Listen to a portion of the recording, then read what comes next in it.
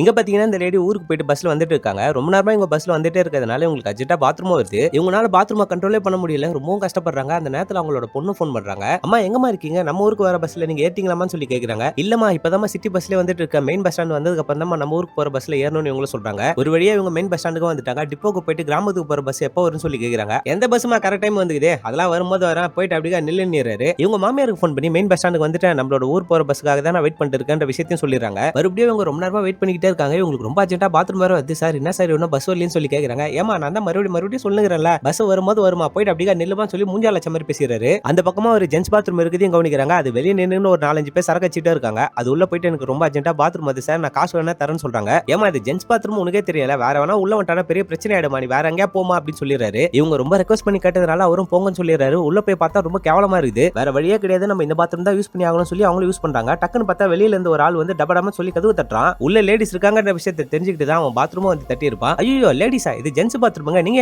எங்க பண்ணுகிறீங்கன்னு சொல்லி இவனு கேக்குறான். இவங்க அங்க இருந்து வெளியே போலாம்னு சொல்லி பார்த்தா இவனை வழியை மறைச்சின்னு விடவே மாட்டான். கொஞ்ச நேரம் இருன்னு சொல்லி ஒரு மாதிரி பேசிக்கிட்டே இருக்கான். அங்க ஏதோ ஒரு பிரச்சனை நடக்குதுன்ற விஷயத்தை தெரிஞ்சுக்கிட்டு இந்த ஆளு உள்ள வந்து பாக்குறாரு. திடீர்னு பார்த்தா இவன் வேற மாதிரி பேச ஆரம்பிச்சான். இந்த பொம்பளை என்கிட்ட இருந்து காசு வாங்கினா காசு திருப்பி கேட்டாலும் தர மாட்டா வாடின்னு சொன்னாலும் வர மாட்டான்னு சொல்லி இந்த பொம்பளையே ஒரு மாதிரி தப்பா பேசிடுறான். இவங்க அந்த ஆளை பயங்கரமா திட்டிட்டு வெளியே வராங்க. வெளியில இருக்கவங்க எல்லாருமே இவங்களோட ஃப்ரெண்ட்ஸ் தான். டக்குனு இந்த லேடியை மறைக்கிறானுங்க.